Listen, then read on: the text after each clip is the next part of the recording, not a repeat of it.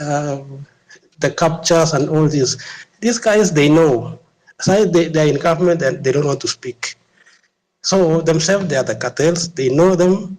Even one, I want even if you get a chance tomorrow to ask the president a question, ask them. They promised us in the campaign that they'll show us who took the money and where the money is, and they will show us where the cartels are. I want you, if you get a chance, ask even one to show us even one person or one institution that have been summoned so far for misuse of public funds. Again, we have the issue of MPs. I know everyone here has maybe you come from certain village. Me, I come from Rift Valley. So with this, I wanted to get Salasha in. I was listening to him, but he's saying the only thing he has started is promoting women and maybe giving out the bursaries. And I think those are the issues we have been listening all this time, all along, about bursaries, about the schools. I think even schools should be taken back to national government, because these guys, they are not creative enough. Most of us as youth in the villages, we are learned. So these guys to come and tell us we are building new schools, we are doing all these bursaries. We didn't sell them there for 5 years to come and tell us for 5 years we have been distributing bursaries. So the thing is, they should tell us is what innovative facilities they are bringing into our counties are they bringing on board. These guys are spending. Selassie Isa was in Morocco. He had said that. Why he went there? Okay, for his personal reason, I don't know. But these guys are getting money to go to Singapore, to go to India. Since 2010, there's no facility in all our county governments that we can see today and say we appreciate this because these guys went to maybe what do you call these sittings, benchmarkings. Yeah, we cannot point. Yeah, these guys are freestyling on account of ad money and saying we are the leaders. What kind of leaders? We are suffering as youth. We can't find it, and the president will tell us tomorrow we are exporting labor. We don't want to export labor. We have a multi-billion economy that can serve East and Central Africa. Why should we export our labor?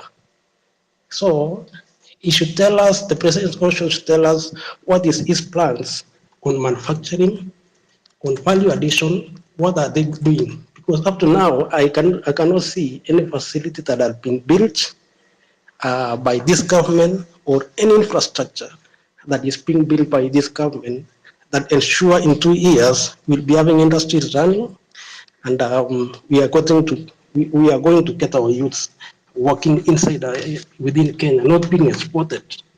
So for tomorrow, I think according to me, we should host the space because you'll be controlled. These guys will control the space the way they want, and I think sai kuna watu wanapangwa ndio tuongeleshe vizuri as Gen but we want to say we will host that place, let them join us, and let them not leave until they answer all our question on the space. So for this farm, I would like to say thank you for giving me time. I really appreciate. I'll be here. We're gonna listen to any speaker that'll be coming through. And I think the space should grow bigger and bigger so that it can cover all the areas or all the phases of this country. Okay, thank you so much for that, Coach. And I know the people who are listening into this space and they're wondering, mbona sijapata nafasi ya kuongea kwa hii space? Mambo ni mengi, technical issues pale hapa kule, but we have tried as much as possible to give people the chance to speak. This is Homeland with People, ladies and gentlemen. Let me play the jingle one more time, yeah. This is the Home Run with PP. Rafiki yangu hapa hivi Ombachi, the roaming chef, one of the best chefs I've ever encountered, of course. Najaribu kumhype aniite kwa balcony, but he came to my show when I was uko hivi na 30 listeners, and he was so confident with me. He's listened to my space for 3 hours, and he was also interviewing. He was in the interview. You can actually search hashtag home run with PP. There is that interview between me and Ombachi, one of the best interviews I've had in a long time. Go and listen to him. Ananiambia eti the only career Ruto has saved ni ya MCP Peter. Ombachi, by the way, unajua mimi pia mimi ni wenu bana. Sasa ni nini hizi? Eti na bado PP amesema hiyo space watu wasiende, si ni ukweli? Okay, sasa kwani mtu akikuokolea karia ambako mfanyane hivyo, sasa singekuwa hivyo basi sasa tungekuwa na free healthcare. It's the dedication to hate I admire. Yeah, tuko kwa hate season hapa hivi ndani, and of course Ombachi has directed me and the whole ex community to be very vigilant na wale watu ambao wataenda Paris ni France. Yeah, na sijui venye inasemekana juu sina passport. Free my passport by the way. Unajua nimeambiwa eti nitoe hongo ndio nipewe passport. Kaeni nayo. Nimewaachia. Pipi. You know I did my French C2 exams in Paris. Anyways. I'm just mentioning. Atuongelee club bwana. I was to give my submission on this topic, but guys, wale wame request mic na haziwezi acceptika, kindly drop the mic or leave the space, then come back, request the mic. Everybody is going to get a chance to speak, depends with the PP and how long is going to host us here. So these are my opinions on tomorrow. 1, don't go to that space. 2, don't go to that space. And 3, don't go to that space. Why am I saying that? I was talking to Ayo today. He happened to call me during the day and we were having a conversation. And I remember I told him, if the president wants to talk to all youth in Kenya, they should form a forum whereby we are going to meet somewhere, like Nairobi youths. We meet somewhere and all of us, we get grouped, air our grievances within that group. We write them down, go take them to this other place. So tukiwa na hizo group zote tukisha collect grievances, now we sit down pale Nyayo ama Kasarani round table and we start addressing them to the president so that he hears the voice of each and every person. On a Twitter space, it's limited. And if a man can lie in front of TV, now imagine behind cameras, behind a speaker somewhere we can't see him. Now he'll be lying while smiling and he'll be there with his cabinet saying, hawa tumewaweka ndani, hawa hawezi toka up, and you'll be listening and clapping. So guys, there is no need of going to that space because that is what he wants. And think of this. A president takes the idea of a Twitter space just from media kuwa ameulizwa swali and he takes the idea quick. Kama ni hiyo X space, I'll join, and we also want to go and join. Me, I'm against that. Those who go to listen to him, kindly know that man lies and he will lie right into your face. Unfortunately, me on my end, I cannot even see William Ruto's tweet. He blocked me back in 2018 because I asked him why he bought one goat at 100,000 Kenya shillings. Since then, he blocked me. And if he has blocked everybody on the timeline, who is going to ask questions? The other thing is people who are going to speak on that space watakuwa watu wake. He's bringing cabinet. We want cabinet to be fired, not to be brought on a space. We don't want people that will come there just to laugh at us. The other thing is that the president should be told that hii kitu ya kureward loyalty ni ya ujinga. Aisha Jumwa is holding office. Go and look at those other stupid people. The only intelligent CS Ruto has is that guy Kindiki. But right now he's handling a ministry he has no idea about. He's there live on TV saying that Oguda was abducted in a justly manner. Imagine saying that on live TV. But anyways, kesho boycott that space. Jacob Juma will be hosting us tomorrow at 2 p.m. same time, where we should go and listen to Jacob Juma in his grave. He's going to give us key insights. Thank you. We can proceed with the Ayo big man then Brexit fan. Thank you. Ladies and gentlemen, there's a lot of things that have been burning. And please, just give me 5 minutes. I won't take much of your time. I just want to take 5 minutes to read a lot of the DMs that, were burning, blowing up my account. And I'll start with someone who told me to mention them. So, Wanyama Wafula said, and this is for the conversation that is long gone, but I just felt like I needed to read these comments. Wanyama told me to ask him. Wanyama Wafula is asking, you have been a beneficiary of show of opulence and richness by everyone that is deaf and dumb and numb in this government. Case in point, you have showed us severally how Oscar Sudi has given you money. Not little, of course, both on Instagram and TikTok. You have never wondered where that money comes from? Will you openly say it's a hard-earned money? That was the first question. Another, someone else said, kindly ask Salasia this question. What his plan about introducing a motion to cut their salaries maybe to 500,000 or else? What's his view or plan to introduce a bill to remove unnecessary offices like women rep, nominated senators, nominated MPs and such? Propose that we host more politicians from different regions and cadres to answer questions and keep them accountable. So that is to you, PP. Host more.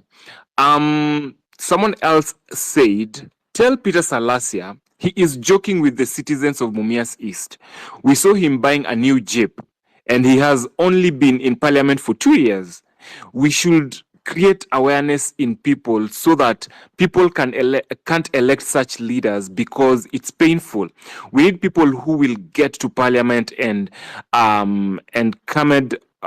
what is this? And amend the constitution in a way it will curb those greedy goons. Waogope kucheza na mali ya wananchi. Someone else said,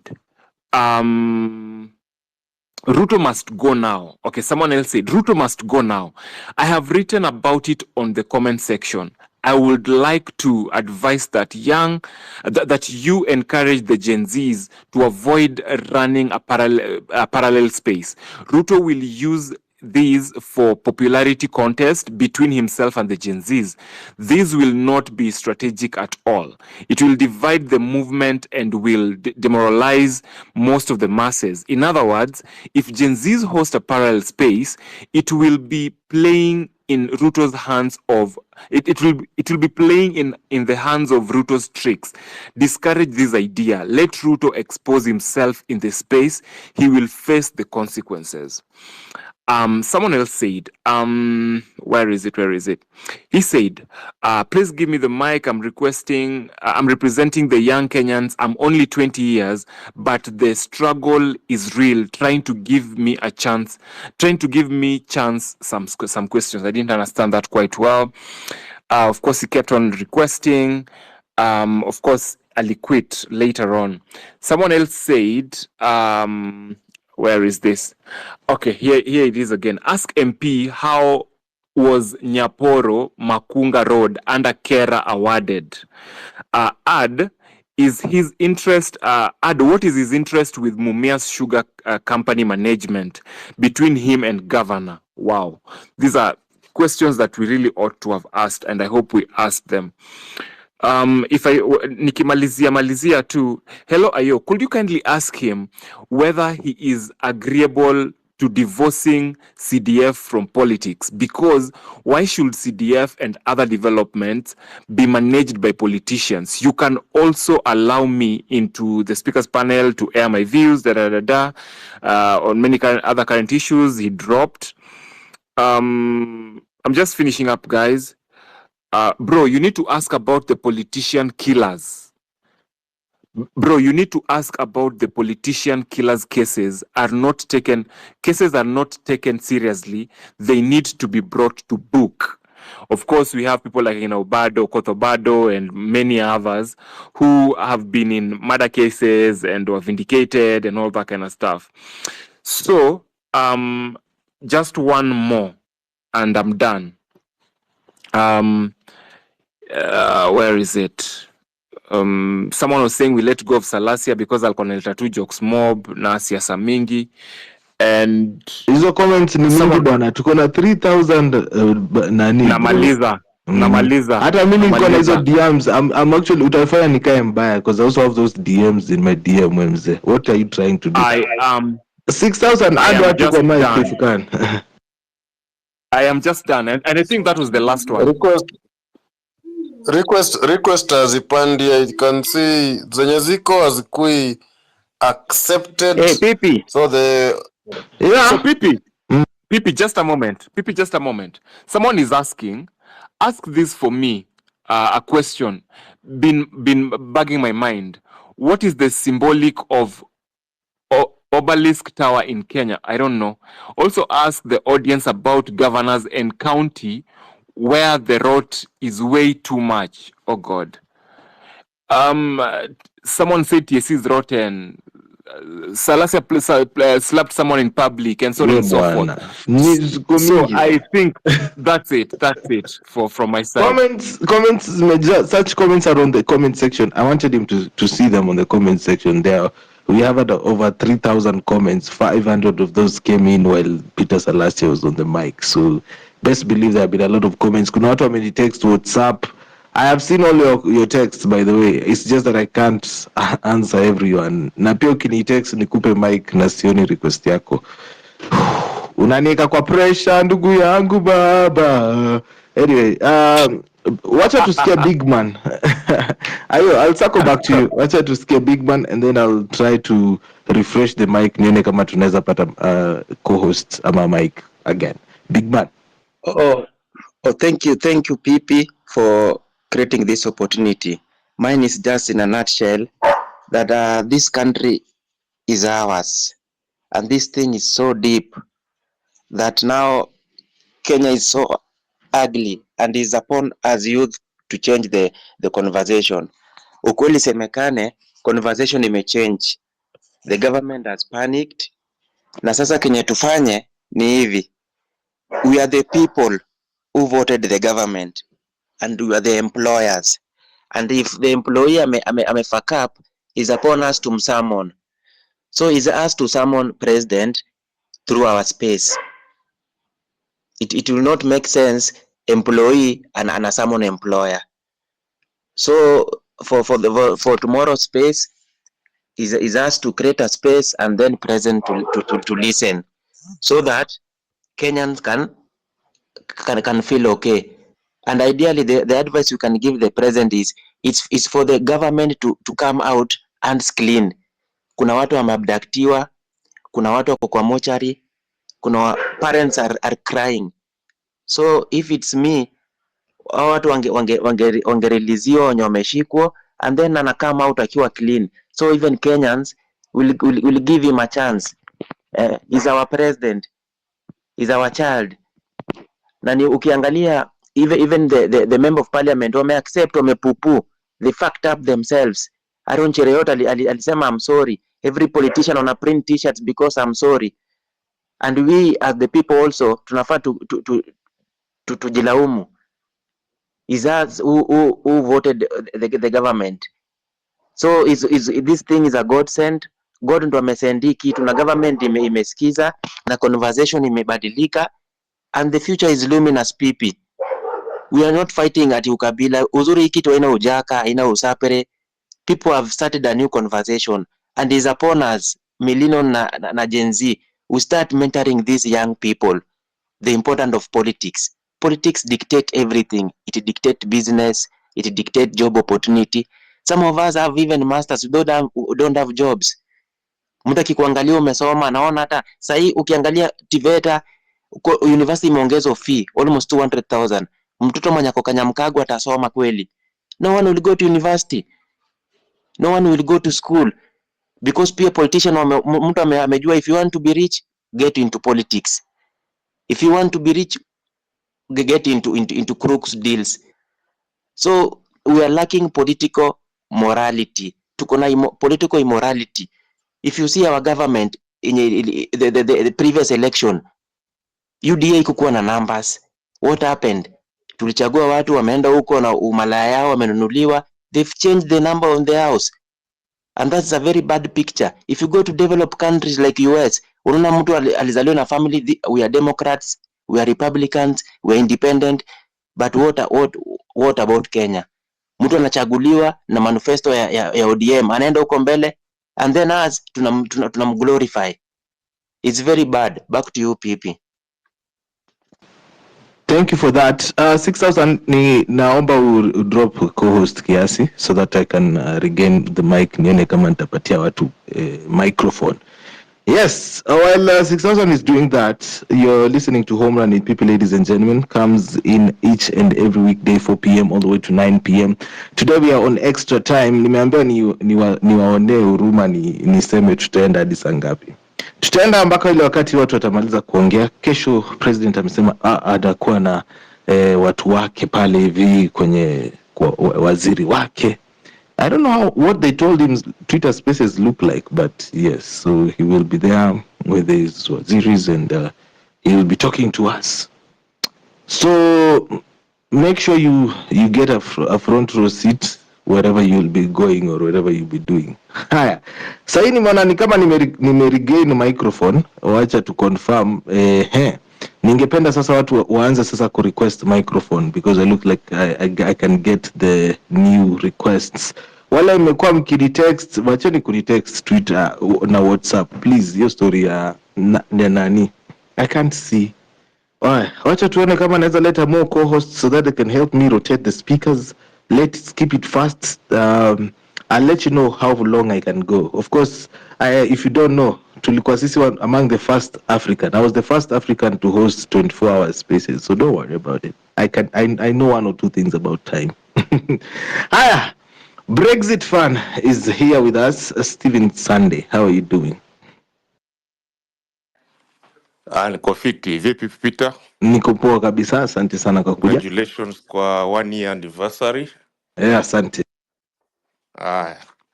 Sasa mimi nina mambo kadhaa ya kusema. Namba moja. Halo, unanisikia? Yeah, nakupata loud and clear.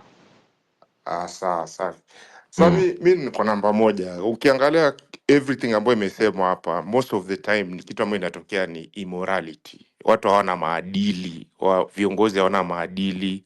Viongozi wana float ama wanaelea kwa vitu vya bure, maana wanajua pesa za mwananchi ndo wanazienjoy ama wanazisikilia raha. Kwa hivyo hawasikii uchungu. Unajua kile kitu ambacho umepata kwa jasho, hicho unasikia uchungu sana, hata ndururi kitoka unasikia uchungu. Lakini kile kitu ambacho umepata bure hausikii uchungu. Ndio maana unaona watu wanabeba mabunda ya pesa, wanaenda Harambee. Unaambiwa ati hizo pesa ambao wanaenda kutoa kwa Harambee, kwa kanisa nini, hata wamechukua loan. Nani anaweza enda kuchukua loan aende kwa Harambee atoe hilo bunda lote hilo, alafu atalipa vipi? So tunachezewa mchezo ambao ni mchezo wa paka na panya. Ukiangalia watu wanadanganywa. Hata hii government ilivyoingia ilikuwa ni uongo mtupu. Yani tulichezwa, tulipigwa 1-0 kwa urongo. Kwa sababu ukiangalia hata vile wanasema the number of deaths they stand at slightly above 20. Umesikia Kindiki vile kwa anasema. anasema slightly above 20. Ukiangalia Ruto anasema ilikuwa sijui ni 25, mwenyewe hayuko sure. The numbers keep on shifting here and there. Na ukiangalia watu ambao walifanya research vizuri, hao watu ambao wanarekodi hizi dates wanaenda kwenye ground vizuri, wanasema ni above 40 dates. Sasa unaona urongo ambao tulikuwa tunapewa. Number 2, unaona kwa ground wale watu wa intelligence wako fiti sana kutafuta intelligence wakienda kwa ground. Yani wanaenda kwa ground, kwa villages kwenyewe kule, wanatafuta intelligence, wanapata vizuri, alafu wanatafuta mtu, wanamkamata, wanampeleka kotini ama vile wanamfanyia. Lakini ukiangalia ile information ambayo yafaa ipatikane vizuri, hawaezi like kutafuta information, kuenda kwa ground, kujua kuna nyanya ni mgonjwa, anaweza fika vipi mpaka hospitali, anakaa how many kilometers, just to seek that kind of information na kupeleka huko juu, ili vitu viwe sawa sawa kwenye ground, watu wawe yani na life ambao sio ngumu. Kwa sababu unaweza pata kuna nyanya kule kwenye kijiji, nyanya labda kuna cancer, nyanya kuna labda na arthritis na anahitaji dawa, maybe in 2 weeks anapewa dawa ya 2 weeks, alafu tena after 2 weeks afaende hospitali apewe hizo dawa. That is kama hizo dawa ziko kwenye hospitali, maana hizo hospitali zetu za government tunajua vile ziko tu. Sasa unaweza pata labda distance ya kutoka kwa nyumba mpaka kwenye hospitali, unapata labda ni 2 kilometers, 3 kilometers. Aya, huyo nyanya hana pesa ya kupanda bodaboda. Hizo pesa za wazee ndo hizo, unaona vile mambo yalienda, azieleweki. Hata mimi naongea nikijua, kwa sababu niko na nyanyangu wako nyumbani na mpaka sasa hawajapata hizo pesa za uzeeni, sijui miezi mingapi yani. Na wakati ambao walikuwa wanapata, wakienda kufuata hapo wakienda kufuata, kulikuwa na ukora mwingi, wanapelekwa, alafu kuna mpesa hapo imewekwa, yani specifically ya wanadirectiwa hapo hivyo. Ni kama vile mtu akitoka hospitali anaambiwa nenda kanunue dawa kwa chemist fulani, ama mtu wale watu kupeleka watoto shule, unaambiwa vitabu nenda kwa bookshop fulani, yani unaelekezwa kwa bookshop fulani, yani kuna cartel tayari hapo yani.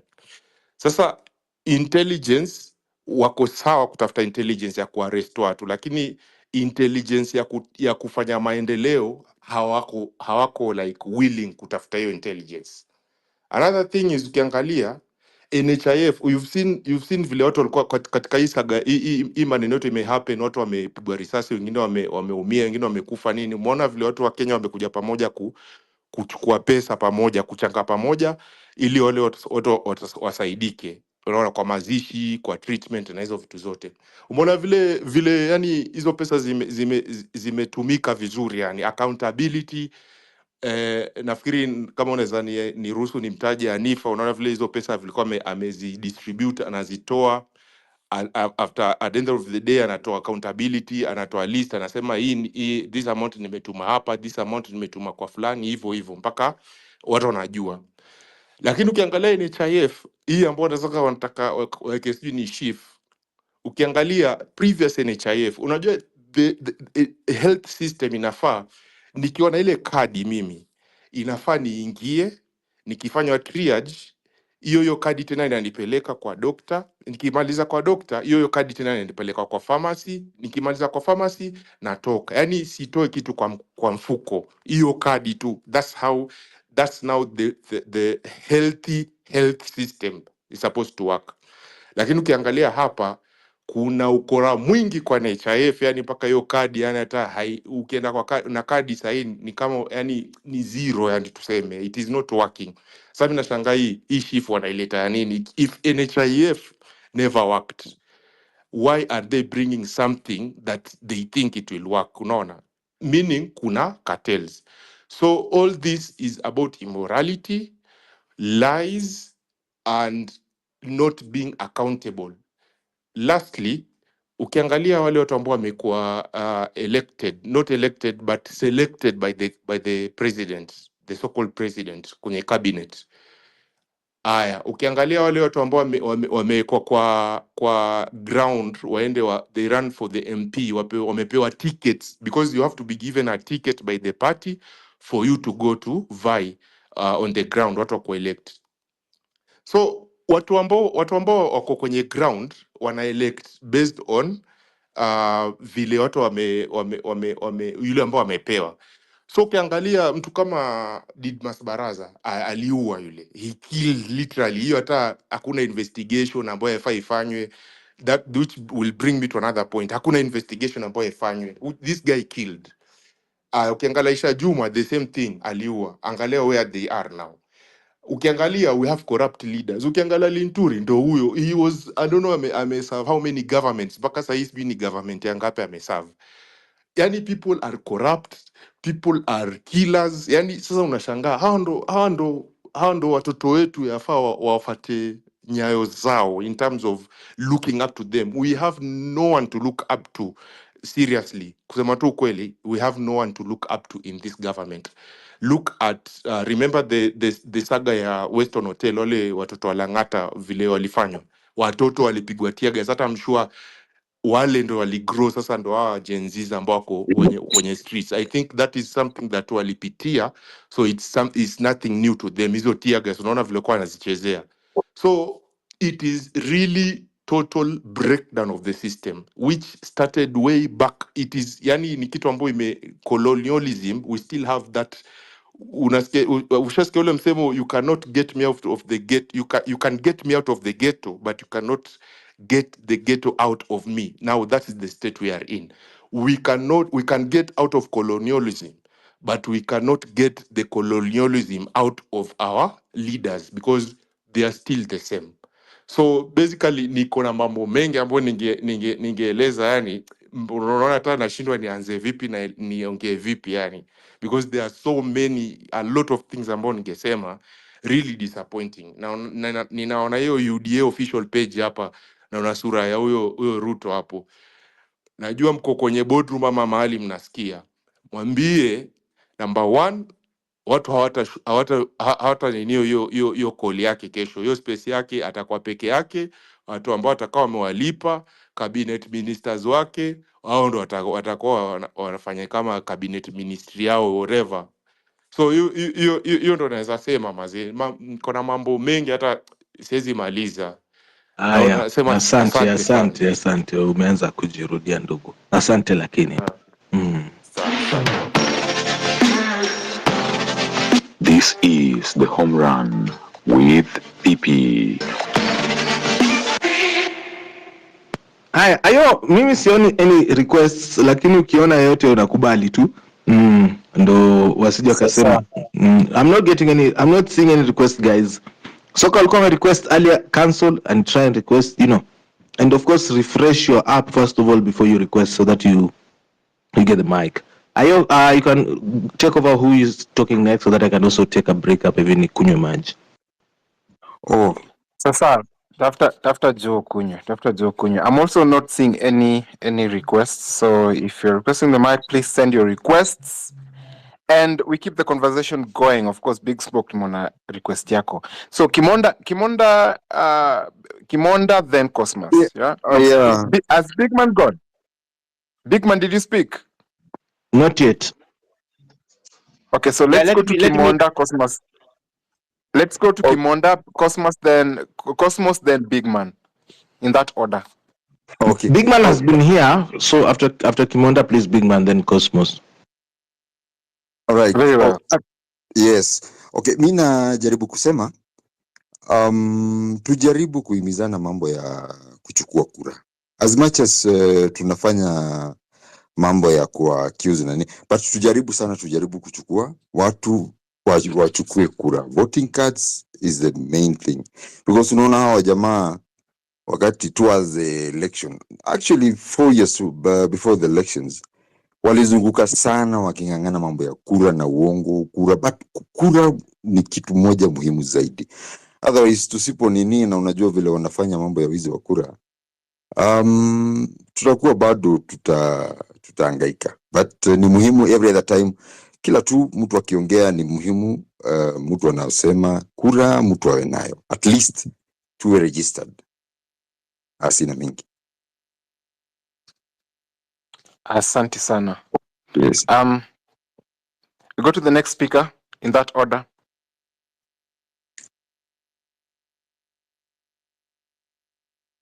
Big man. Can you guys hear me? Big man, can you hear me? Yeah, I have just two things because it's even late, but we are grateful for this and giving me another chance. Mine is just simple. Mimi ningependa kusema Wakenya tuache kulaumiana. I was in the other space in the morning, watu wameanza kutukanana, and yet you guys we started this one with one goal. Tusikize mawaidha za watu, and then we need to have a blueprint way forward. Right now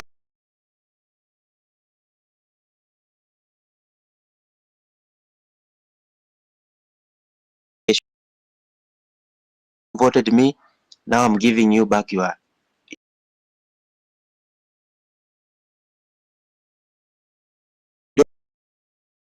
plan. Like tomorrow kuna watu niko sure wataenda kwa hiyo space. Do they have a question to ask? Ama watu watakuja tu na ulabalu mingi. So mine is just we should put our eye on the ball, tukue focus, and then we build a Kenya. This is our Kenya. Watu wanafanyaka makosa.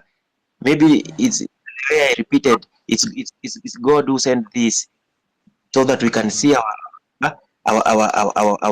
problems. Today I was called by a friend of mine. A friend of mine is a mayor. Is a mayor in a country called Nigeria. Akanipigia, video call, akaniambia, hey, how are you? It has been a long time, and we have been following what is happening in Kenya.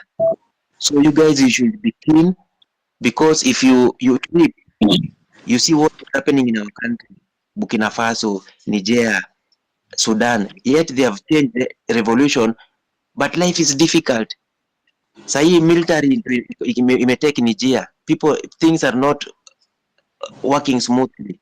It's not an easy thing the way watu wanakuka, oh, revolution is not easy. Revolution is not easy. So we need to have a second thought. Sit back, tuangalie venye tunaza restructure our country, because if Kenya ban, some of us wengine wako out of the country as we are here, and if Kenya bans, imeban na kila mtu, and as we still have a good future. So we need to sit back and focus on how we can bring our glory back. But the future of Kenya is so luminous. Gwaherini.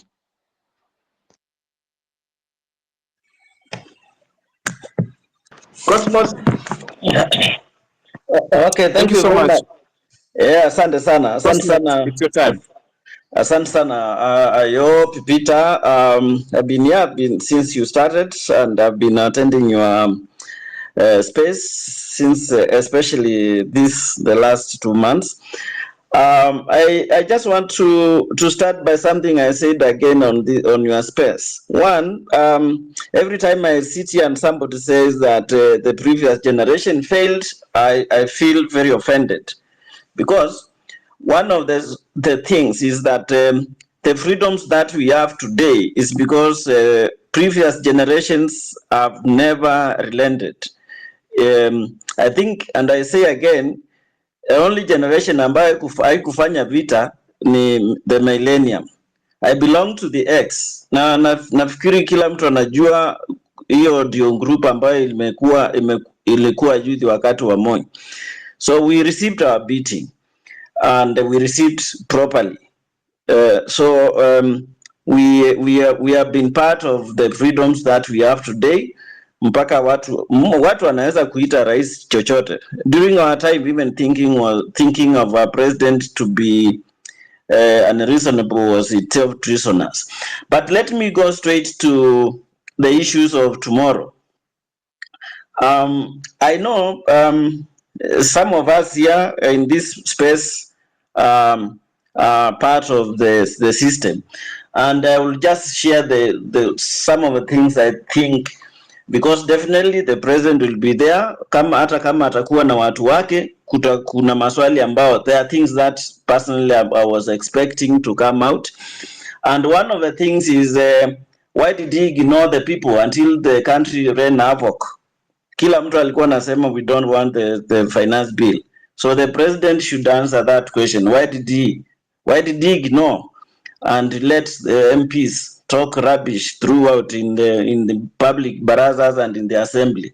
Number two, Kenyans became angry and they responded the way they responded. Because the MPs and the president took a very hard stance and they were ignorant. So some Kenyans were killed. So why should we have the remainings, the ones who were arrested, to be in prison? Yet it both sides. The government was ignorant. They took hard stance. They talked badly. Then Kenyans responded. Why should we now start? Serikali leo inasema, jana juzi nimeona waziri amesema watalipia wale wa hospitali bills. So why should we have some of them in police cells?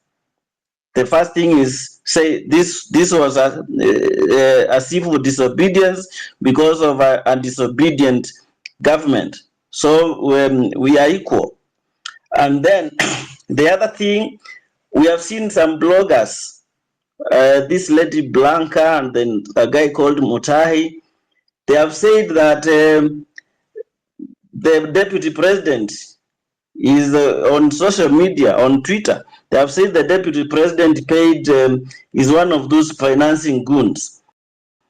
I'm wondering whether the president can tell us tomorrow that this is the type of treason he was talking about. And if it is true, why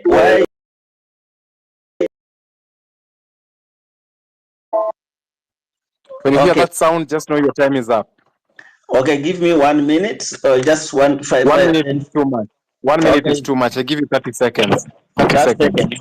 And so the last one is that we saw that the senator woman lady who narrated how the policeman killed the student who was raising the ID. Is that policeman going to be arrested plus all the others? Because I think that was cold-blooded killing.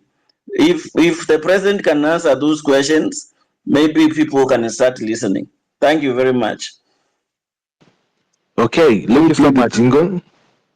Yo, what's up? Baby, let's go! You're listening to Home Run with PP. Weekdays from 3 p.m. to 8 p.m. Nimeona mpango yao ya kunishikilia hadi kesho majamaa. Niona mpango yao ya kunishikilia hadi kesho. Guys, we are in tomorrow here in East Africa. It's 0001 East African time. You're tuned into Home Run with PP, ladies and gentlemen. I know most of you wanted to speak. Najua wengine wamenichukia, poleni. Ni the microphone imekataa kuruka. And I can't see every one of you on the mic. But thank you so much for being here. I hope you left a comment up if you can space so that also if somebody is listening in here and wants to read, can also read your thoughts on that. Of course, I would like to say also thank you so much, special appreciation for Ayo na 6,000 kwa kusema ile time. Kwani 6,000 alitoroka? But asante sana kwao kwa kusema kwamba you should support this show because this show is supported by the listeners. If you like what we are doing here, Home Run with PP is supported by you, the listener. Unaingia pale hivi kwenye tipja line 0721 948 229. Una drop kitu pale hivi ya kutuwekea lights on hapa hivi to make sure that the mics are also kept on check. Naona kuna wase kama watatu kwenye mic. Mwalimu hajasikika, Big Smoke hajasikika na KOT. I'll let Mwalimu speak and then the mic will go back to Ayu for this next hour. So for now, don't text me for the mic. I'm beyond the mic. Request the microphone, the co-host will do the necessary. Nimekusukumia ngori hivyo Ayu. Mwalimu, hi. Hi, good morning guys. It's been a wonderful time. I've been listening things here.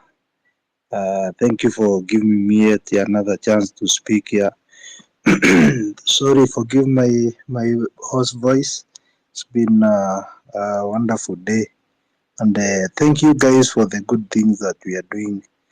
I think now these things are going now to the home stretch. What we are saying is kind of a home stretch. If I want to be professionals on maybe what I said the other day, I said that I did my studies part in India, and what has been happening is that I've been asking myself questions, and considering I'm going to touch on something concerning the medical situation, like now in Kenya.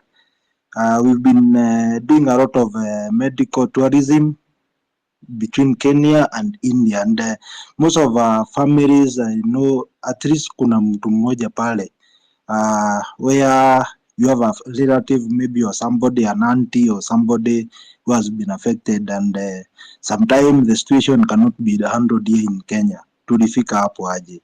And what has things, the questions that we need to be asking ourselves, what those things that countries like India, countries like China and all that, they have been doing so that they can set up their medical facilities to the global standards, where that kila mtu unaweza pata, you want to go and have your treatment there, and maybe you can get better services than what we are getting here. So those are the kind of pertinent, very, very, very important questions that we need to be asking ourselves. How can we handle our situations? How can we improve our facilities? The problem with us is that most of the African countries, you see that you put people in power, they go there, power get into their head.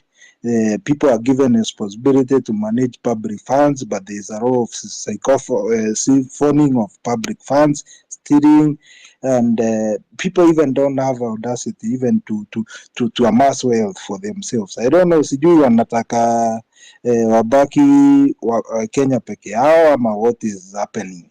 There are those things that we need to be asking ourselves, and I think as we continue with these discussions, we need to think broadly. We need to think of how we can be able to handle such situations that even like now, considering even now, like now our education system, how did it come to that places like in India we used to pay very small money, very small amount of money, considering with what we are paying here, you see.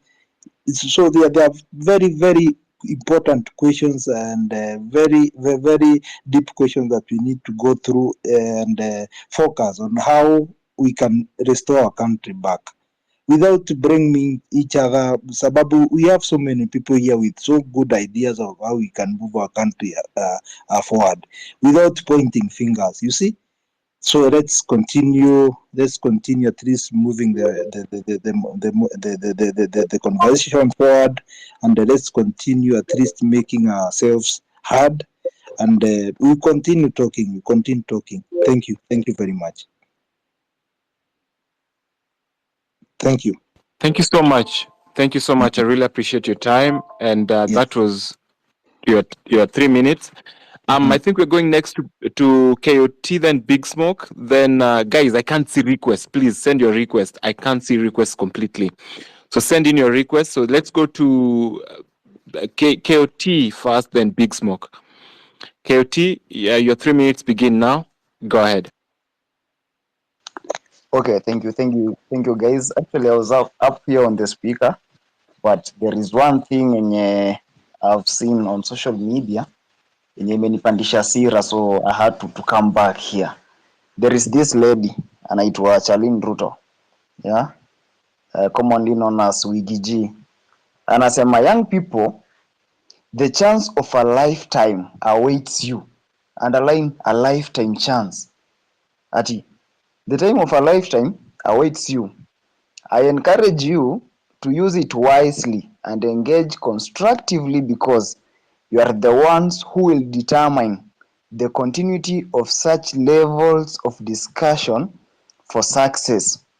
The first ever president in the world to hold an online meeting with the all Gen Z. Let's go. So how watu banabado, like, they are thumb chesting themselves, because what the hell is a lifetime chance? You know, she's trying to mean that the person who is coming to hold this space, or the person that we are going to engage, is the most supreme person, better than Muhammad in Muslim and Jesus in Christianity. You know, there is no way unaweza to command ukituambia this a lifetime chance. Kwani who is the president of the Republic of Kenya, or let me say, who is the president of any country in the world?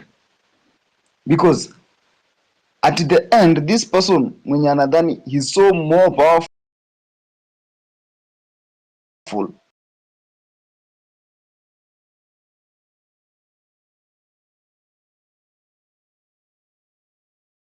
there's only one person who cannot go 6 feet down, is Jesus Christ in the Bible for those Christians. So whoever has a contact ya huyo msichana, tell her that we don't want her advices and we don't want their chest thumbs. Alafu, I'm repeating tomorrow, kindly, if you people are going to join the space that has already been set up, the people who are going to call yourselves traitors. So Pipita, hata naweza sema kesho at 2 p.m. give us a space. Nimetembea huku nje kidogo, nikaona kuna kanisa inaendelea mahali pia. Hata tunaweza fungua kanisa kesho hapa, tuanze kutoa sadaka, tuombee wale waliokufa na pia tuombee maandamano yetu yenye nakuja hapo mbele. But these people are really chest thumping, because who the hell is that person mwenye anatuambia a lifetime? A lifetime what? This is a person mwenye amekuja huku chini akilialia nipatie kura.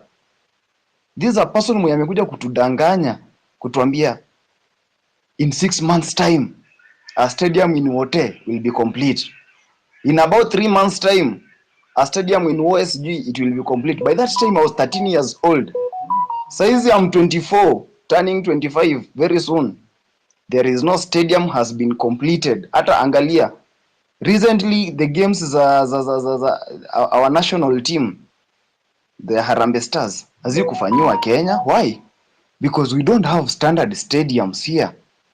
They had to opt for Malawi, wakienda kuchezea huko. So if you are telling us that this person is a lifetime chance to speak to him, fuck yourself. Mimi hata kesho kama Ruto atakuja kwa hii space ya Pipita ama any other space itakuwa hosted na another person, naweza tamani munipatie chance, I will ask him a question about the 3 months time and 6 months time of the stadium. Otherwise guys, yeah, okay, let me finish. Otherwise tomorrow guys, don't join any space that is not hosted by any trip. Don't join Ruto space kindly. Thank you so much. Merci beaucoup. Thank you so much. Have a great night ahead. Big Smoke. Yeah. Santi, I mean, I just have like a few things I want to go through in that, taking into account whatever is happening right now. They think they have you in their palms.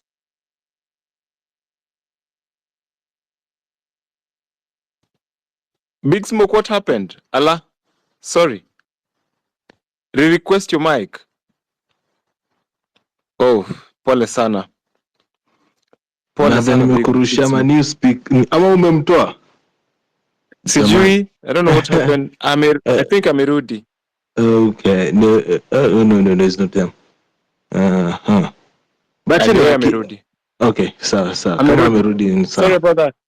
No worries. So, as I was saying, anytime guys plan for the demos and they have a space beforehand, the government obviously listens in and watataka kujua ni nini mnapanga na kama mtatokea.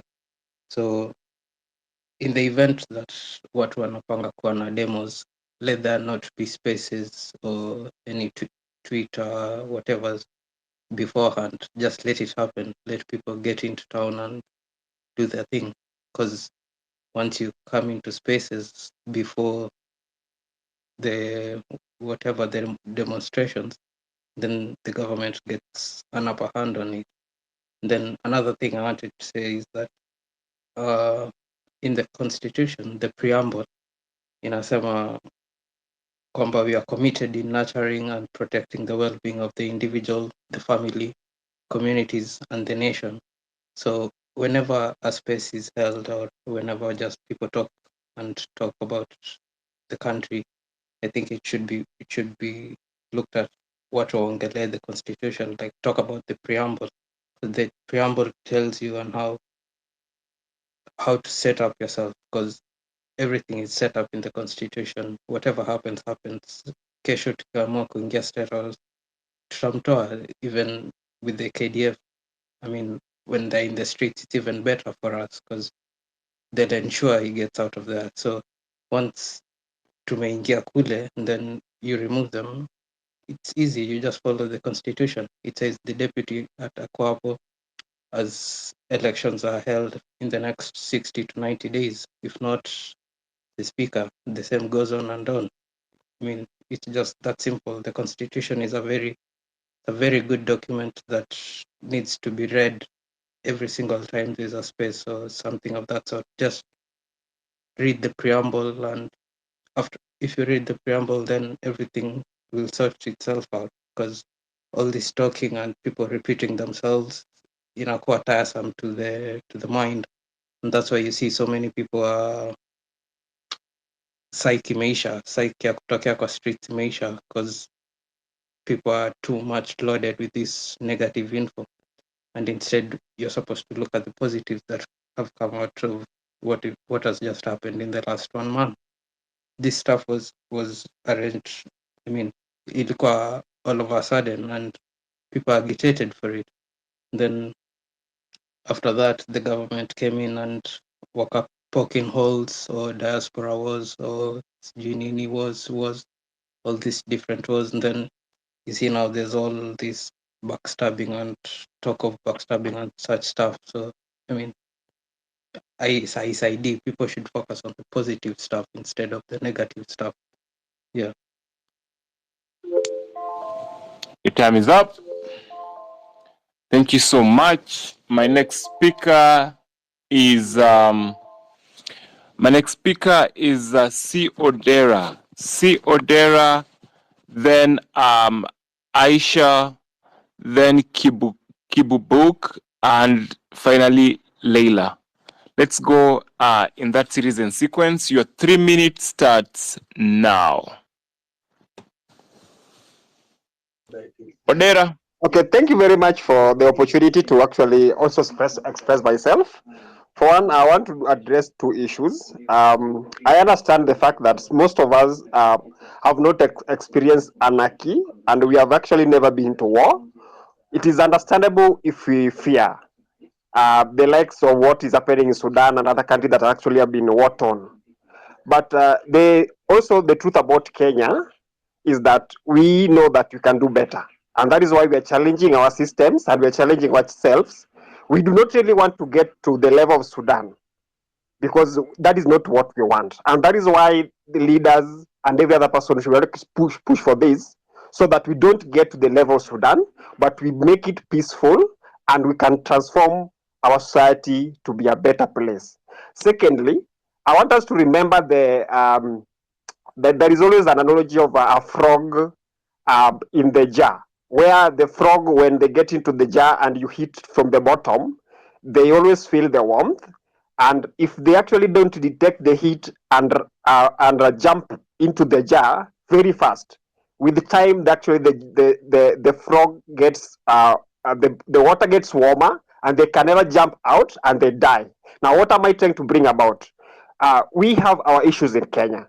We know that we have good challenges, but if we actually fear the outcome of the transformation that we are seeking for, then what is going to happen? We are going to get to the state where we are not going to get to Sudan or Burkina Faso as we are quoting, but we are going to get to a state where there will be no revolution, there will be no change, we will be stagnant, and each and every one of us will actually literally die from the inside, and we'll never question our leaders any time anymore. So this is the moment that actually each and every person, regardless of the generation that you come from, you should actually sit down rethink on how you can actually participate and bring positivity and inject new energy into our system. We are not seeking to topple the government. We are not seeking to get actually to derail our development and also to get to the Sudan way, but we are seeking for the best kwa sababu we know we have the potential of being the best. That is why we are here and that is what we are talking about. Thank you very much.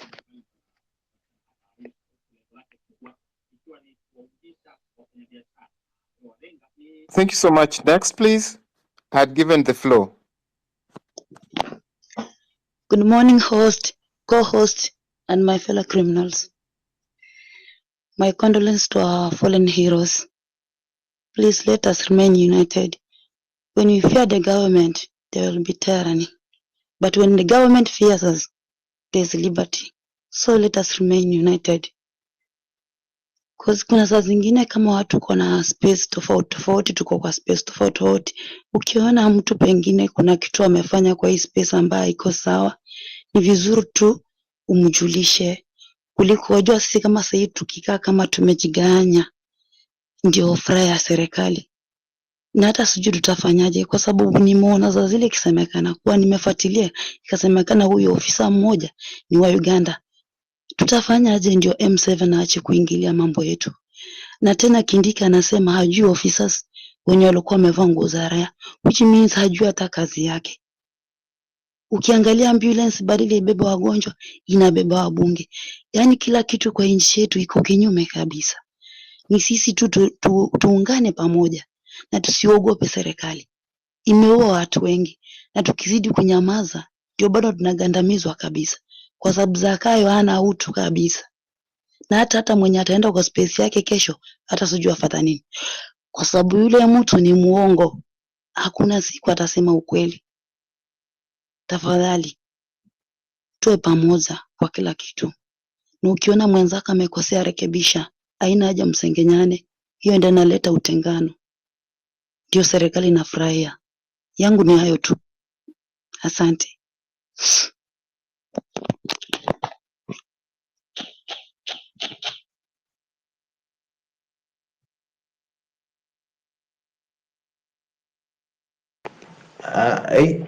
Unasikia Leila? Leila? Yes, hello, good evening. Good evening to you. Yes, thank you very much for giving me this opportunity, Home Run TV. Thank you very much. Mine is very simple and very short. I want to give my deepest sympathy to all the bereaved families that are actually burying their beloved ones. And us all as Kenyans who are affected by all this. Because of the shoddy governance of Ruto and his goons. I am very bitter tonight. I have been listening to you. I am the mother of the Gen Zs. And we are the people that have suffered so much. We have educated our Gen Zs and our millenniums so that they can carry that pain they are doing now. And they are doing very well. And I'm here as a mother of them to support them and to make sure that nothing will go wrong and they will not fail. And I want each one of you to put in that big hand of Viva to be together and fight the enemy. We must get this out. We cannot live like this. We went without food to make sure our children go to school, to make sure that tomorrow they know what they know today, what we never could have had. It was not for nothing. And I'm so glad to be here with you and hear each one of you say that, what you're saying. And tomorrow we are not going to Ruto. We are not going to space for him. For what? Did he ever come to feed us? All he's done is to kill our people. Shalini Ruto, your father is a murderer. Shame on you. And so whoever is asking who is financing, it is the bitterness of the parents, of the grandparents, of the fathers They've had a hard life, and each one of you, you know what I mean. I'm a simple Kenyan, and I've sweat every sweat to feed myself and my children, Gen Zs, millennials, and each one of us who is fighting for this. God bless you. Thank you. Thank you so much. Asante sana. Kibubuk, are you there?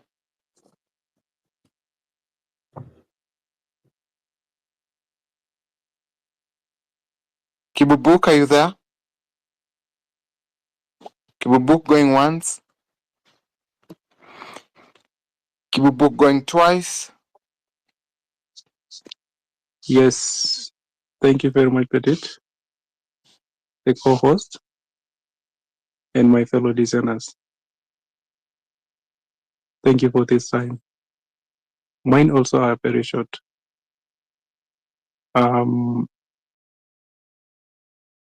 There is two questions that have been brought on about Charlene Ruto, what she said.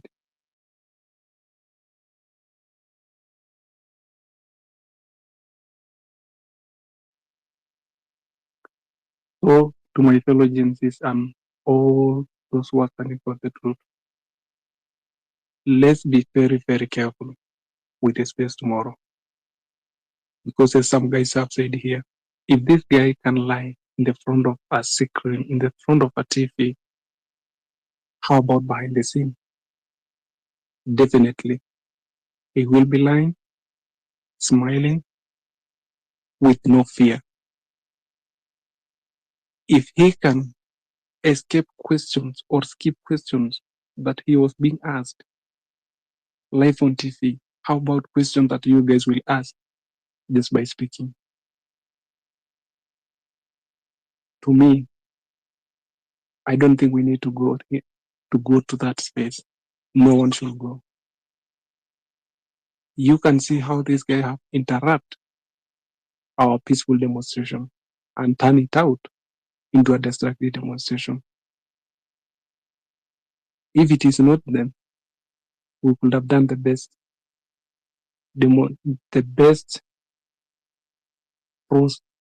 protests that have ever been seen. But the government has interfered and they have made it destructive. And the peaceful demonstrators were left with nothing to say. So guys, according to me, I will suggest that let's not go to that space at all, because I don't think there is a solution that we're going to be given. Whatever that is there is just a lie, and it is just a normal thing that we are going to be told that we will do this, but nothing will be done. So many people have said, already this must be a planned thing. It must have been planned already. So whoever will go there, no matter what you are going to say, whatever that has been already planned, whatever that I am going to say already said, that is what is going to be passed, and that is what is going to be said in that space. So I don't see the meaning, and I don't see the reason why this space has been followed. I don't see, and I would just like to urge you guys, let's don't entertain that, let's don't accept it, because once we accept it, it will be like even that demonstration that we have done. I don't think it is going to make any sense. It is going to look like we have done nothing. Your time is up. So let's be very careful, and that space, let's just leave it out. Thank you very much, and you guys have a blessed morning. Thank you so much. Have a great night ahead. Hey, how is your name? Abdul Karim Simba. Your 3 minutes begin now. Please open up your mic and talk to us. After you, we have Eric. Yeah, thank you very much. I think mnanisikia if you can confirm for me. 100%. Go ahead, please. Okay, asante. So I think mambo mengi imeongelewa tayari na watu wengi wamezungumza. My point is that sahii pali nchi inaelekea ni naweza kusema si nchi ya wajinga tena. Najuzi nimeona video moja kutoka Uganda wakiwa wameweka tu vuguvugu ya kwamba tunaandamana.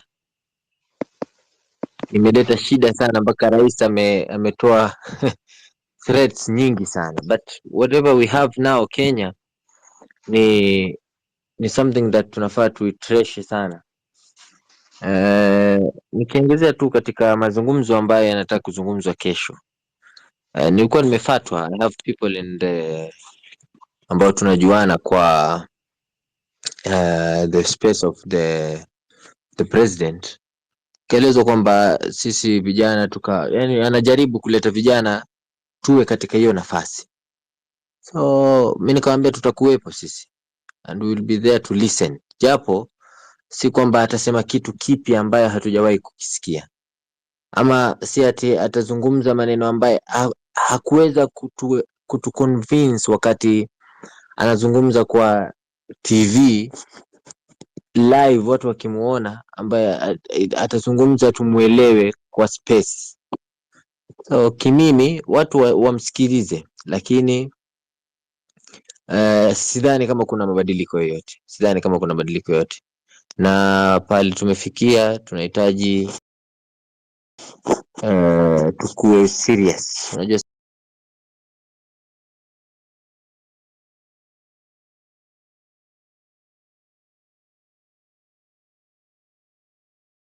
sasa enda inakuwa ni watu pande nyingine wanazungumza kivingine na upande nyingine wanazungumza kivingine.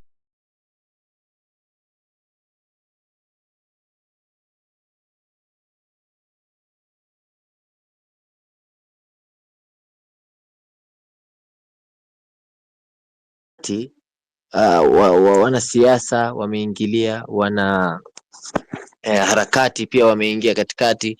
Kila mmoja anajaribu kujionyesha kwamba sisi ndo tulikuwa front line kwa hiyo maneno.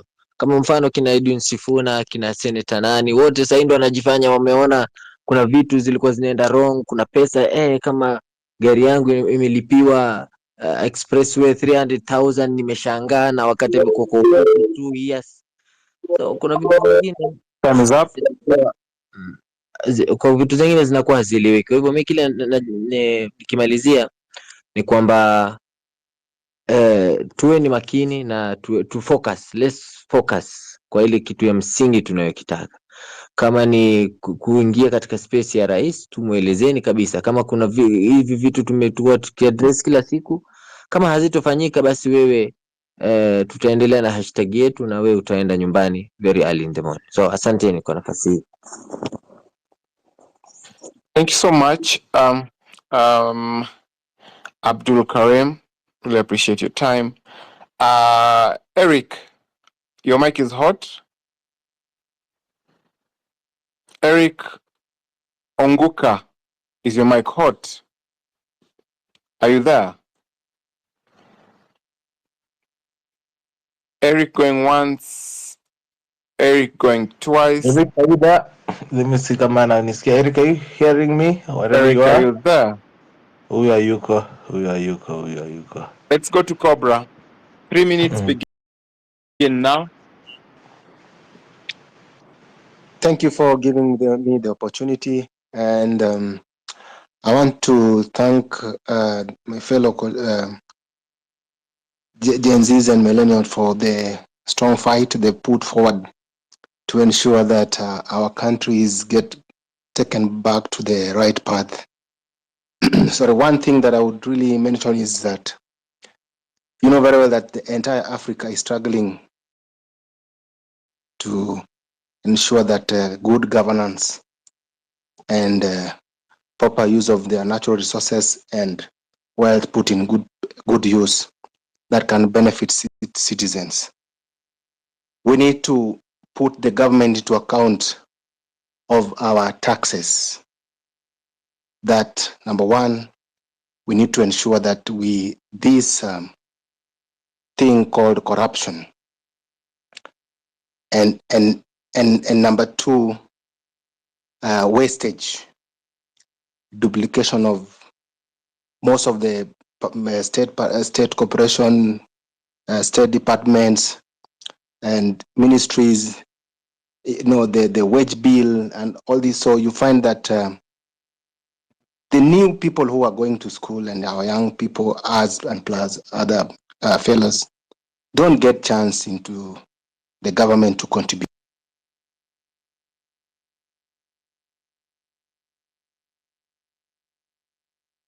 Cobra.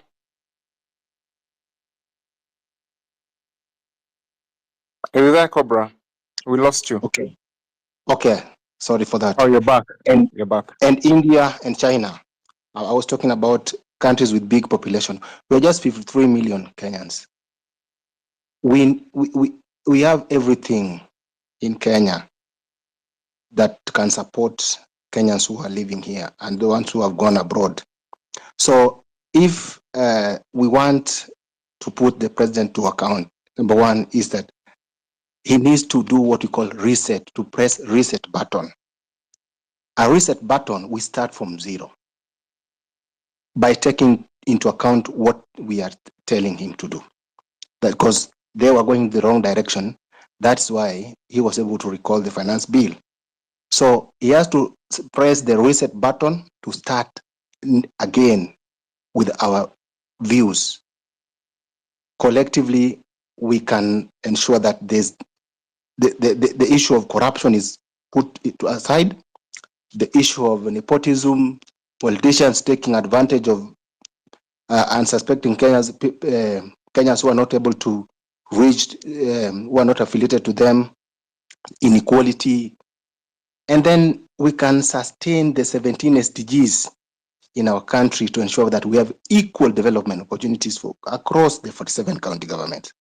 So as young people, it is our time to make sure that we move our country to the right direction. As I finalize, we need to tell the president to pull down the ministries to a fewer number that can sustain our budget, not the ballooned one. Thank you. Thanks so much, Cobra. I have two more speakers, then I think I'll be giving my parting shot as the co-host. Then Pipita, you'll give us your parting shot as we say good. We bid each other good night and we close down the space. So, I have Dr. Or not doctor, but director. I think so. Director Abdir. Director Abdir, is your mic hot, please? Speak Yes, to us. Your 3 minutes start now. Go ahead, please. yes, thanks for the time. I think I'll speak more on the part of the solution. Everything that I want to say has been said over the evening. But I want to urge all the Kenyans listening to this space that when we started the hashtags and the operation Ruto must go and the reject finance bill, I think our gears were at gear 4. I think we started with gear 4. I want to urge all of us that we should tomorrow, when these guys come to us with their experts trying to preach to us lies, with the billion lies that we've been seeing and hearing from the Ruto and his gang, we should turn to gear 7. Tomorrow should be gear 7. Let us make gear 7 to trend, because we should feel remorse and we should feel the pain that many families are feeling tonight. Like this, one of our speakers made us emotions. Madam Leila, I think she spoke. I think she was crying even, and you can imagine she may not even have lost her loved one in the protest. A lot of mothers in this late night, they are feeling lonely. Their sons are no more. Their daughters are no more. And you can see in one, the law of crisis management is for the organization or the individual to yield. You have to accept the consequences that you have done wrong. But when you look at these guys, I think these guys are very arrogant. These guys are very arrogant, and they are not showing the signs of even accepting what has been happening even after the aftermath of the protest. You can see what the CS for Interior was speaking today. Totally rubbish. Trying to say that he does not know the number of deaths or trying to protect this policeman. He's been asked simple questions, trying to dodge the question. You know, these guys are rude. Mimi yangu is to say tomorrow, let us not even go to that space. Let us turn away from these guys. Let us bring our yani tupandishe hasira, because we did an unprecedented thing which even they are afraid of them. All of them are afraid. Even this Charlene, I don't know the name that we have given her recently. You see the we got. These guys are very afraid of for their lifestyle, because we achieved something that they thought we'll never achieve. Occupying parliament, it is unprecedented. Occupy State House, I'm sure, let me tell you, it could have been possible tungeamua wote kuamka na kwenda. So tomorrow yangu ni kusema let us don't turn to that space. Let him and his children and the CSS, let them go there. Let Linturi go there and listen and make it. Just let us not go there, in short. Time is up. Yes, thanks. That's what I wanted to input.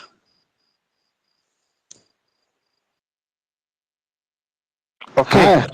Thank you, Ulikuwa Director. naenda kwa nani? We are going to Innocent. Going to Innocent, then we close down the space.